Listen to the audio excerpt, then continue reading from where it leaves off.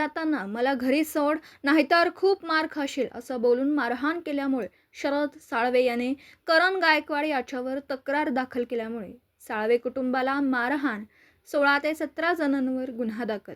Police ठाण्यात तक्रार केल्याचा राग मनात धरून आरोपींनी शरद साळवे आणि त्याच्या कुटुंबाला शिवीगाळ करत फायटर, गल्लोर आणि लाथाबुक्क्यांनी मारहाण केली.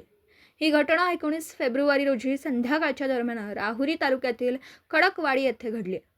शरद प्रकाश साळवे हा तरुण जेसीबी चालक असून तो राहुरी तालुक्यातील खडकवाडी येथे राहतो.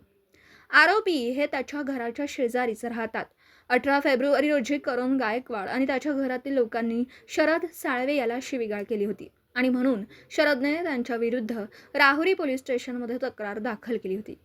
19 फेब्रुवारी रोजी संध्याकाळी 6च्या सुमारास शरद साळवे हा त्याच्या घरासमोर बसलेला असताना आरोपी तेथे आले आणि म्हणाले, तू आमच्या विरुद्ध पोलीस स्टेशनला तक्रार का दिली असं म्हणून आरोपींनी शरद याला शिवीगाळ करत लाथाबुक्क्यांनी आणि गल्लोरच्या साह्याने मारहाण. यावेळी शरदचे वडील प्रकाश साळवे आणि भारत अंबादास साळवे, विक्रांत प्रभाकर साळवे हे सोडवासोडवी करण्यासाठी तेथे आले.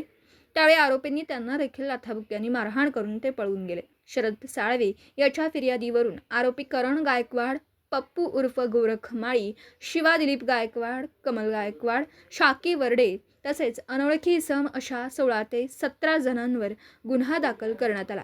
दीपक साळवेसह योगेश पवार, न्यूज 14 राहुरी.